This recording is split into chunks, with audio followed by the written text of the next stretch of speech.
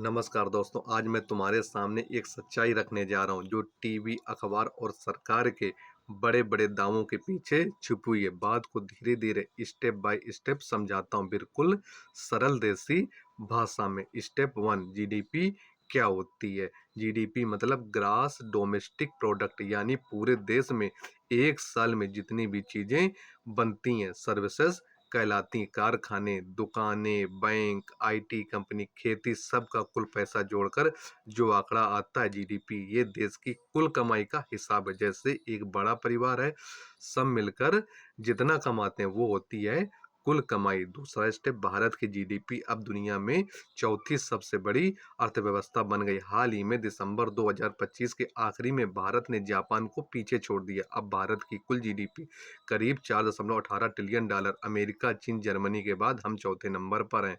सरकार ढोल पीट रही कि हम विश्व गुरु बन गए, दुनिया की चौथी बड़ी अर्थव्यवस्था। क्यों बड़ी हुई? कुल कमाई बढ़ी इसलिए क्योंकि 4 से जो 5 लोग हैं, जो उद्योगपति, जो पूंजीपति, अडानी अंबानी जैसे लोग हैं, बहुत ज़्यादा कमा रहे हैं। उनकी फैक्ट्रियां, उनकी कंपनियां बड़ी, सरकारी चीज़ें, एयरपोर्ट, बंदरगाह, कोयला, खदान उन्हें दे दी गई। उनकी कमाई और बढ़ती चली गई, लेकिन वो पैसा उन लोगों की जेब में गया। बाकी जो 140 करोड़ लोग हैं, उन तक नहीं पहुंचा। तीसरा स्टेप, पर कैप्चा जीडीपी क्या है? तो भारत में इसे में कहाँ पर है? भारत के स्थान इस पर कहाँ पर कैप्टा पर? तो प्रति व्यक्ति आय।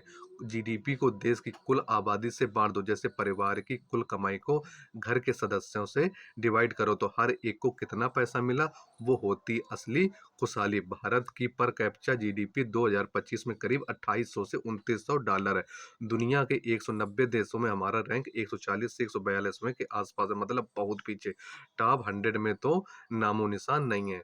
उन देशों की तुलना जिन्हें हमने जीडीपी में पीछे किया, जापान जिसे हमने अभी हाल ही में पीछे छोड़ा, वो जापान पर कैप्चा इनकम में 32,000 से 33,000 डॉलर है, यानी हमारे देश से 12 गुना ज्यादा। वहाँ हर व्यक्ति को 12 गुना ज्यादा औसत कमाई मिलती है। ब्रिटेन, जिसे हमने 2022 में पीछे छोड़ा था, पर कैप्टा करीब वहाँ पर 48,000 से 50,000 डॉलर, मतलब 17-18 गुना। फ्रांस, इटली वगैरह पुराने देशों में कुल पीछे हमने जो पीछे छोड़ा, उनकी भी पर कैप्चा इनकम 48,000 से 50,000 डॉलर के आसपास है। मतलब कुल जीडीपी बड़ी हो गई, लेकिन बांटने पर हर भारतीय को बहुत कम मिल रहा है, क्योंकि हमारी आबादी 1.4 अरब है। दुनिया की सबसे ज्यादा आबादी वाला हमारा देश है। बड़ा परिवार, कमाई बड़ी, लेकिन सदस्य ज्यादा है, तो हर एक की थाली में बहुत कम मिलता है। चौथा स्टेप, असली फायदा किसको हो रहा है?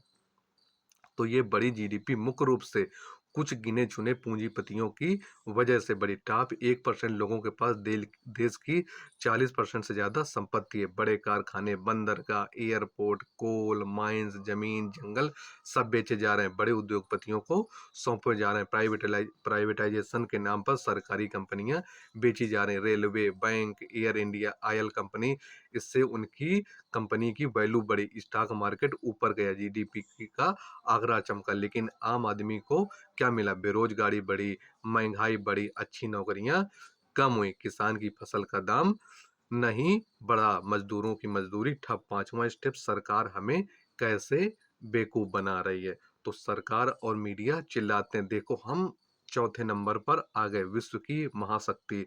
लोग ताली पीटते हैं, गर्व महसूस करते हैं, लेकिन पूछो तुम्हारी जेब में क्या आया? तुम्हारा बच्चा अच्छे स्कूल में पढ़ रहा है, अस्पताल में इलाज मुफ्त मिल रहा है, बिजली 24 घंटे आ रही है, अच्छी सड़क, पानी, नौकरी नहीं नहीं आ रहा है, क्योंकि ये जीडीपी पूंजीपतियों की। असली तरक्की तब होती है जब पर कैप्चा ऊपर बढ़ती है, हर व्यक्ति की कमाई बढ़ती है, शिक्षा, स्वास्थ्य, रोजगार सब तक पहुंचता है। लेकिन यहाँ तो अमीर और अमीर, गरीब और गरीब होता जा रहा है। आखिरी स्टेप, क्या फायदा ऐसी जीडीपी का? तो ये ऐसा है जो खजूर का पेड़ बहुत ऊंचा, लेकिन फल नीचे वालों तक नहीं पहुंचता। कुल जीडीपी चौथी हो गई, लेकिन आम आदमी बिजली, पानी, शिक्षा, स्वास्थ्य, अच्छी नौकरी को तरस रहा है। महंगाई से रोटी महंगी, दवाई महंगे, सब महंगा। सच्चाई ये है कि पूंजीपतियों की जेब भरने के लिए, देश बेचने के लिए ये जीडीपी किसकी है, हमारी या उनकी?